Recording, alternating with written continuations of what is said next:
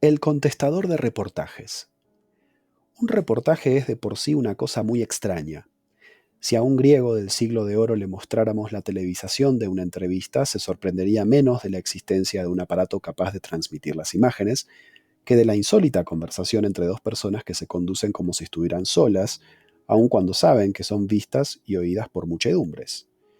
También se asombraría nuestro amigo griego del interés de la gente de hoy por conocer los costados menos notables de los hombres famosos, sus preferencias cromáticas, los horarios de sus comidas o la duración de sus siestas. El memorable Adelmo Ramos supo advertir estos aspectos ridículos de todo reportaje, pero también se dio cuenta de algo más profundo.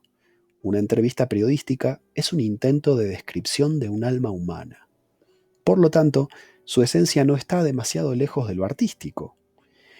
Y precisamente la gran empresa de Ramos fue convertir el reportaje en una rama del arte. Es cierto que fracasó, pero su intuición genial señaló la existencia de una puerta que nadie había notado antes. La carrera del contestador de reportajes no es sencilla. El primer obstáculo reside en el empecinamiento de los periodistas en formular preguntas tan solo a los hombres que han alcanzado la notoriedad. De aquí se desprende que todo aquel que sienta la vocación de someterse a interrogatorios públicos deberá, en primer lugar, conquistar la fama. Esta es una tarea que lleva años y que no siempre es coronada por el éxito. Es probable que muchos músicos, científicos y cineastas que nos deslumbran con sus realizaciones no persigan en realidad otro objetivo que el de contestar reportajes. Y aquí aparece otro inconveniente. Tal vez muchos grandes contestadores sean recordados como actores, pintores o entre las derechos olvidando la destreza principal. Adelmo Ramos tomó en cuenta todas estas verdades y resolvió, con todo acierto, prescindir de la primera etapa. Renunció a los transitados caminos que conducen al renombre. No fue cantor de boleros, ni político, ni mansflora. Fue tan solo, y de qué manera, contestador de reportajes. En este punto caben las infaltables objeciones, polémicas y zonas oscuras que nunca faltan en las historias de Flores. Hay quienes creen recordar que Ramos fue cantor de la orquesta de Anselmo Graciani, el célebre bandoneonista zurdo que se hacía construir los instrumentos al revés. Otros lo suponen periodista de la menesterosa revista Expiraciones y hasta refieren una historia no demasiado original, según la cual Ramos, no teniendo a quien entrevistar, resolvió publicar un reportaje a sí mismo. Nada de esto consta. En cambio, existen pruebas, a mi juicio incontestables, de que el primer reportaje a Adelmo Ramos fue realizado por el polígrafo de Flores Manuel Mandev. Tal entrevista no fue publicada jamás, pero sus pormenores aparecen en el penoso libro de Mandev cuyo título es Personajes de la calle Artigas entre el 400 y el 1100. Se trata de una obra más cercana al catálogo que a la descripción psicológica. Está ordenada según la numeración de la calle y al llegar al 860 encontramos estos párrafos. Artigas 860, Ramos Adelmo, célebre contestador de reportajes. Yo mismo le hice el primero. Fue una tarde de otoño, me acuerdo. Yo caminaba por yerbal, pisando hojas secas y gozando con su crujido. No estaba de muy buen humor, pues muchas hojas caían demasiado tiernas y no se quejaban satisfactoriamente ante mis pisotones. No sé en qué esquina se me apareció Ramos. ¿Usted es Mandev? Me dijo. Servidor. Vea, necesito que me haga un reportaje. No soy periodista, le informé. Lo será. Hágame el favor, pregúnteme algo. Recordé entonces ciertas lecturas que a modo de ejercicio disciplinario me había impuesto algunos meses atrás. Entonces di comienzo a la interview, que fue breve. Pregunta. ¿Qué pregunta quisiera usted que yo le formulara? Respuesta. Me gustaría que me preguntara qué pregunta quisiera yo que usted me hiciera. Pregunta. Muy bien. ¿Qué pregunta quisiera usted que yo le formulara?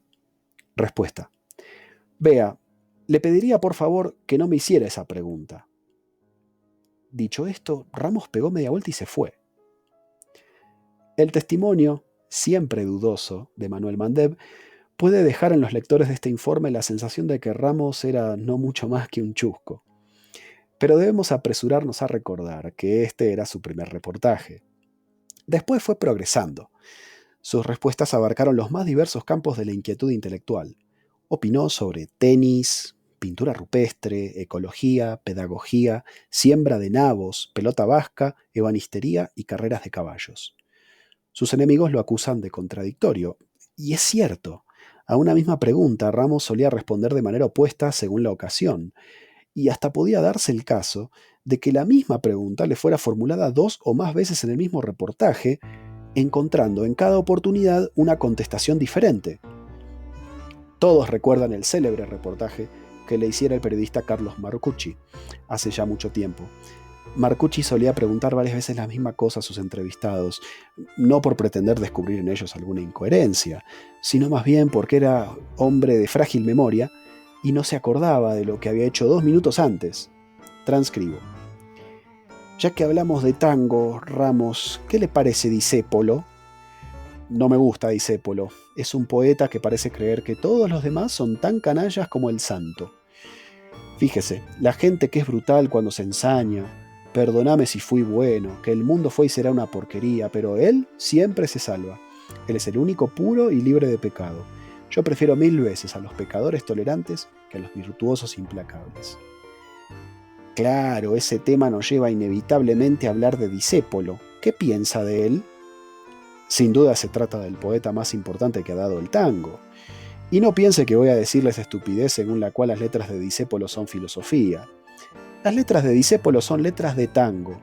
Filosofía es, sin ir más lejos, la crítica de la razón pura y de ningún modo el vals Sueño de Juventud.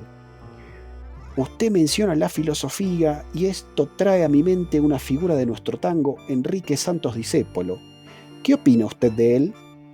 Es interesante que me formule esa pregunta, pues debo decirle que me la han hecho muchas veces en distintos reportajes, incluso en este. Créame si le digo que los tangos de Discépolo son como tratados de filosofía. Adelmo Ramos tenía respuestas preparadas que, con todo desparpajo, soltaba ante cualquier pregunta. Su atrayente teoría acerca de la falta de mentores y maestros en la Argentina aparece en casi todos sus reportajes, aún después de interrogantes tales como ¿cuál es su escritor favorito? Las contestaciones eran, a veces, de una extensión desmesurada. Un periodista de la revista estudiantil Hora Libre tuvo una vez la ocurrencia de preguntarle cómo andaba. Ramos llevaba ya 6 horas de exposición cuando el reportero huyó. También, como es de suponer, tenía respuestas breves y hasta llegó a contestar en verso, lo que no consiste en ninguna novedad si se razona que la payada no es otra cosa que un mutuo reportaje versificado. Es necesario admitir que Ramos jamás fue demasiado perseguido por el periodismo. Tuvo épocas infecundas en las que pasaban meses y aún años sin que nadie se acercara a interrogarlo.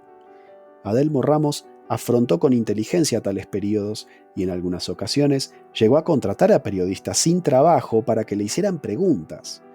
Algunos de ellos tenían la misión de abordarlo en cualquier circunstancia y requerir su parecer acerca de las cuestiones más imprevistas.